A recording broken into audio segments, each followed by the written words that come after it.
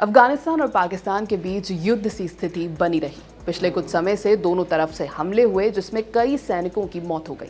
हालांकि तालिबान और पाकिस्तान ने 48 घंटे के लिए सीज फायर पर सहमति भी जताई। इस बीच एक खबर आई कि तालिबान के लड़ाकों ने पाक सैनिकों की पैंट को हथियार पर टांग कर जश्न मनाया।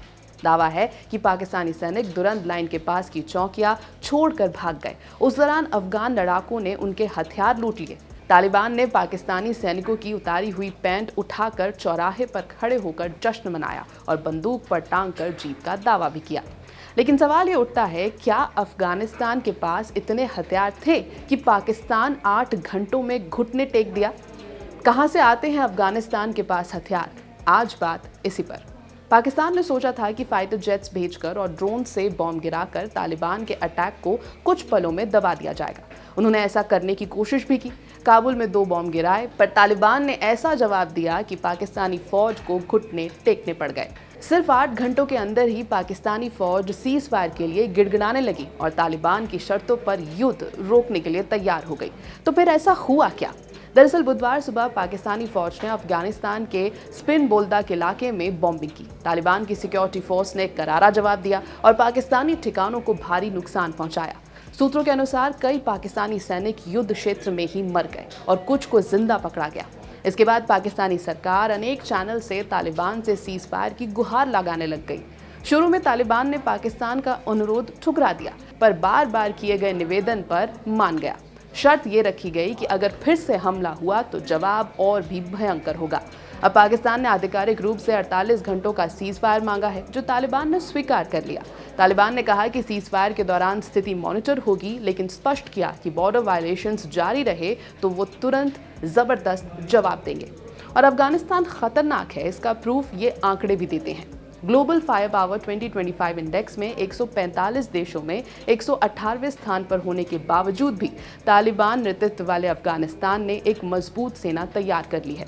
तालिबान ने अपनी सेना का विस्तार लगभग 2 लाख लड़ाकों तक कर दिया है। ये लड़ाके गुरिल्ला युद्ध में ट्रेंड हैं। अचानक हमलों, गुप्त युद्ध अभ्यास और पहाड़ी इलाकों में तेजी से ऑपरेशंस चलाने में ये सभी माहिर हैं। अफगानिस्तान के हथियारों में मेनली सोवियत यूनियन से प्राप्त पुराने टैंक और बख्तरबंद गाड़ियां शामिल हैं, जो 2021 के बाद अमेरिकन सेना वहां छोड़ गई थी।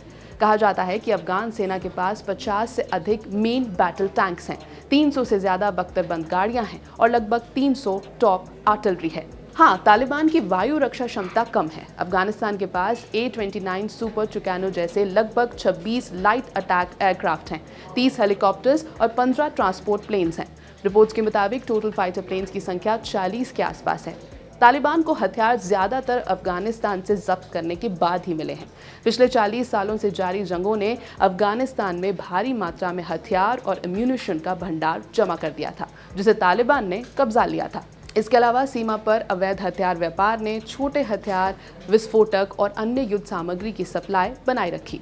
दरअसल तालिबान गुरिल्ला युद्ध की कला और पश्तून आबादी के समर्थन की वजह से पाकिस्तान के खिलाफ लड़ रहा है। तालिबान अपनी खुद की क्षमताओं से ही पाकिस्तान के लिए बड़ी चुनौती बना हुआ है।